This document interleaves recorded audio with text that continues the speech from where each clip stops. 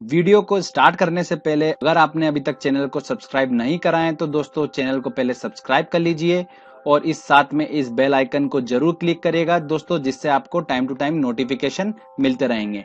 चलिए फ्रेंड्स, अब हम वीडियो स्टार्ट करते हैं। Hello friends, welcome to crazy GK tricks. दोस्तों आज इस वीडियो में हम बात करेंगे, साइंस का टॉपिक है उत्सर्जन तंत्र।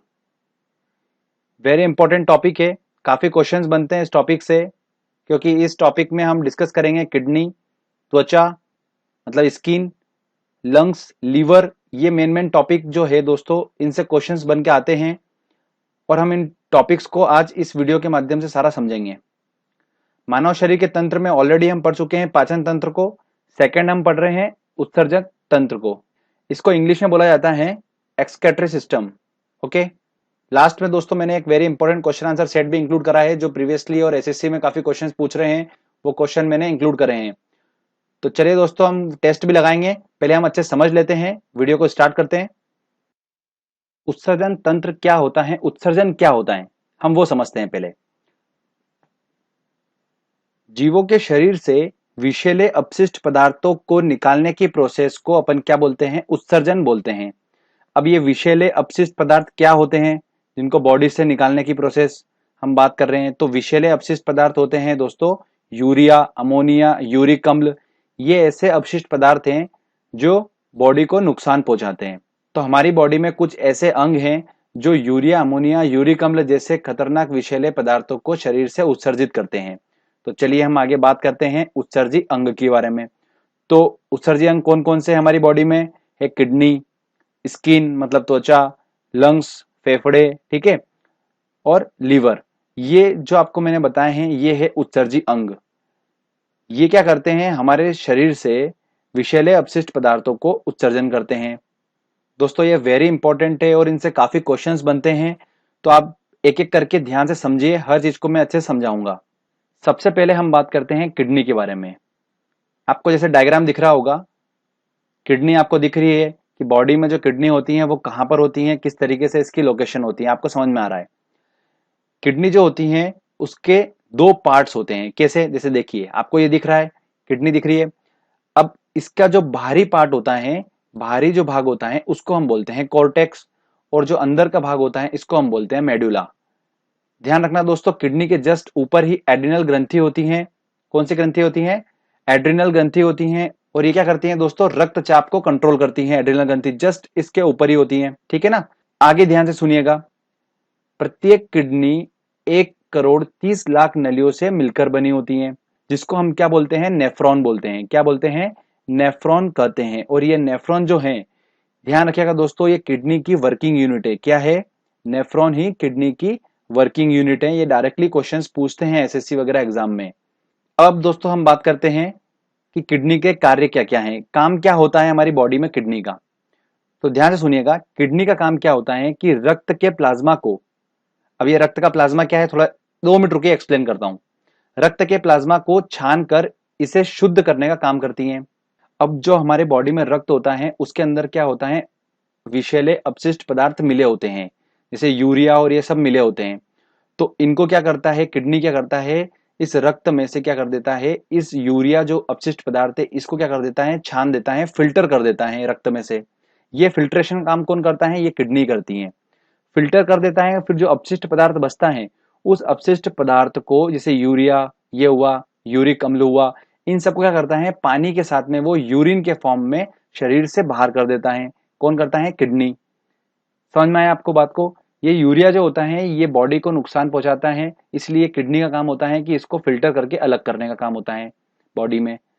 समझ में आ चुका है? अब ये प्लाज्मा क्या होता है? प्लाज्मा देखिए दोस्तों, रक्त जो होता है वो दो पार्ट से मिलकर बना होता है। एक होता है प्लाज्मा और एक होता है सेल्स मतलब कोशिका। तो जो प्लाज्मा होता है ये रक्त का होता है तरल फॉर्म। 55% रक्त में प्लाज्मा होता है और 45% क्या होता है, कोशिका होता है। तो इन सब दोनों से मिलकर रक्त बना होता है, तो हम प्लाज्मा की बात कर रहे हैं, ठीक है ना, तरल फॉर्म की बात कर रहे हैं। तो मैंने आपको ये प्लाज्मा का वर्ड क्लियर कर दिया। और दोस्तों, रक्त के शुद्धिकरण की प्रक्रिया को क्या बोलते हैं? हम डायलिसिस बोलते हैं।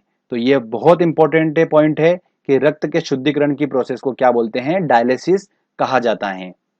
चलिए आगे हम और बात करते हैं। अब यूरिन के बारे में थोड़ा इंफॉर्मेशन आपको देता हूं मैं। देखिए दोस्तों, सामान्य यूरिन में क्या होता है, 95% पानी होता है, 2.7% यूरिया होता है, 2% लवण होता है और 0.3% होता है यूरिक अम्ल।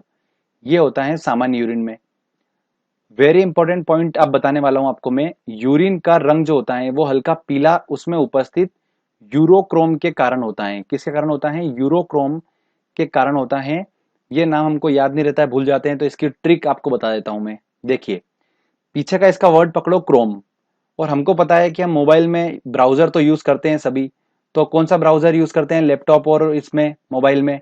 क्रोम यूज करते हैं, बिल्कुल करते हैं। तो वहां पर आपको येलोइश दिख रहा है वो, तो उससे आप थोड़ा सा आइडिया लगा सकते हैं कि यूरिन का रंग जो होगा हल्का पीला उसमें उपस्थित यूरोक्रोम के कारण होता है। तो क्रोम क्रोम मैच खाएगा तो हल्का सा येलोइश हम पकड़ सकते हैं उसको। ठीक है, इस तरीके से ये ट्रिक से आप याद कर लीजिए।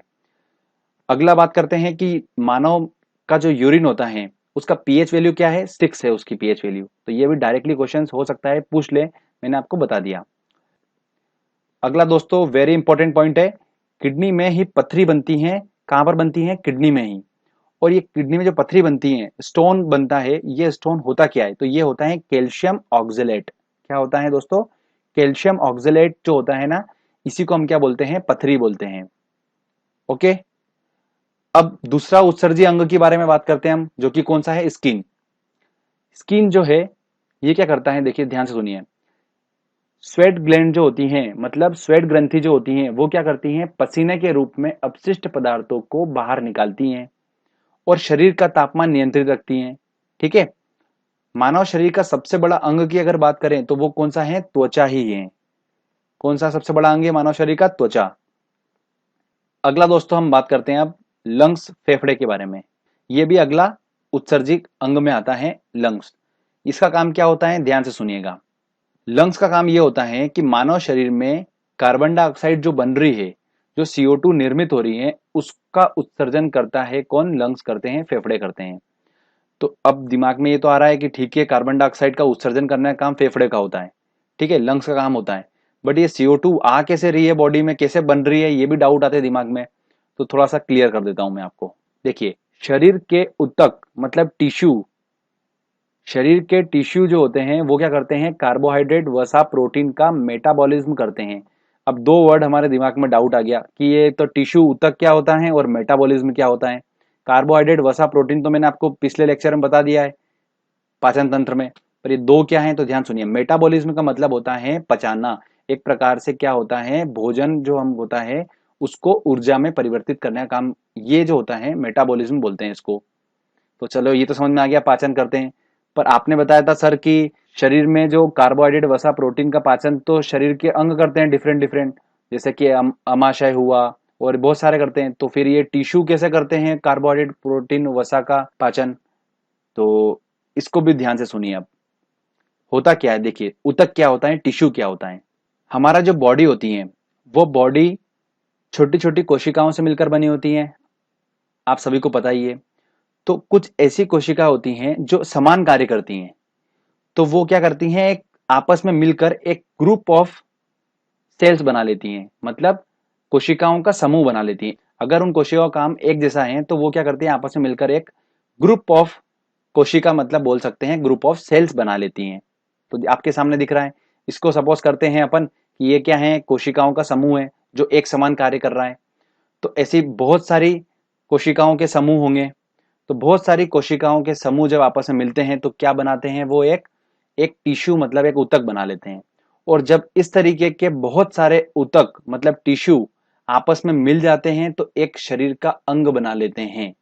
बात समझ में आई? और वही अंग की मैंने बात करी थी पाचन तंत्र में, कि वो अंग जो होते हैं वो कार्बोहाइड्रेट वसा प्रोटीन का पाचन करते हैं। तो ये जो बताया मैंने आपको, ये उसका डेप्थ है बिल्कुल। तो क्या होता है दोस्तों, शरीर के जो ऊतक होते हैं वो कार्बोहाइड्रेट वसा प्रोटीन का मेटाबॉलिज्म मतलब क्या करते हैं, उसका पाचन करते हैं, जिसकी वजह से क्या होता है, कार्बन डाइऑक्साइड जनरेट होती हैं और जल वाष्प जनरेट होती हैं। तो कार्बन डाइऑक्साइड और जल वाष्प को क्या करता है, ये फेफड़े लंग्स जो होते हैं ये उसका उत्सर्जन कर देता है। तो ये सिंपल सी बात है, आप समझ सकते हैं।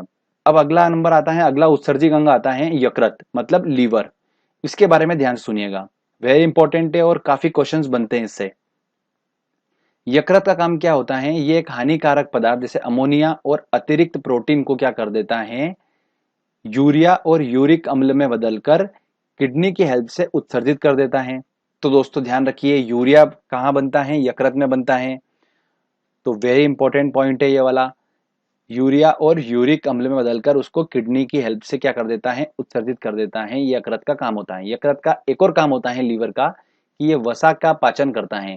क्या करता है ये, वसा के पाचन में महत्वपूर्ण भूमिका निभाता है। कौन, लीवर। चलिए दोस्तों, अब हमने टॉपिक को अच्छे से समझ लिया है, तो अब टेस्ट लगाते हैं और देखते हैं कि हम कितने क्वेश्चन सॉल्व कर पा रहे हैं। ऑलमोस्ट सारे क्वेश्चंस हम सॉल्व कर लेंगे, क्योंकि हमने सारे इंपॉर्टेंट पॉइंट्स को कवर कर लिया इस टॉपिक का। पहला क्वेश्चन है दोस्तों हमारा, रक्त का शुद्धिकरण कहाँ होता है। देखिए, रक्त का शुद्धिकरण कहाँ होता है, किडनी में होता है, तो इसका आंसर लगेगा सी आंसर।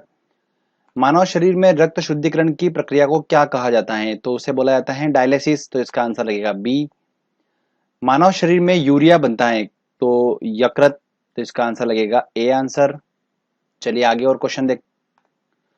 अगला क्वेश्चन है, यूरिन का पीला रंग किस कारण से होता है। देखिए, पीला रंग किस कारण से होता है, मैंने आपको ट्रिक बताई थी क्रोम वाली, तो यूरोक्रोम, इसका आंसर लगेगा डी आंसर। किडनी की कार्यात्मक इकाई क्या है। देखिए दोस्तों, कार्यात्मक इकाई क्या है उसकी, नेफ्रॉन, तो इसका लगेगा आंसर सी आंसर। अगला क्वेश्चन दोस्तों, डायलिसिस की प्रक्रिया कहाँ होती है, तो कहां पर होती है दोस्तों डायलिसिस की प्रक्रिया, रक्त शुद्धिकरण की प्रक्रिया जो होती है वो किडनी में होती है, तो इसका आंसर लगेगा सी आंसर। चलिए आगे और देखते हैं क्वेश्चन। अगला क्वेश्चन है, जब किडनी काम करना बंद कर दे तो निम्न में से कौन सा पदार्थ जमा होता है।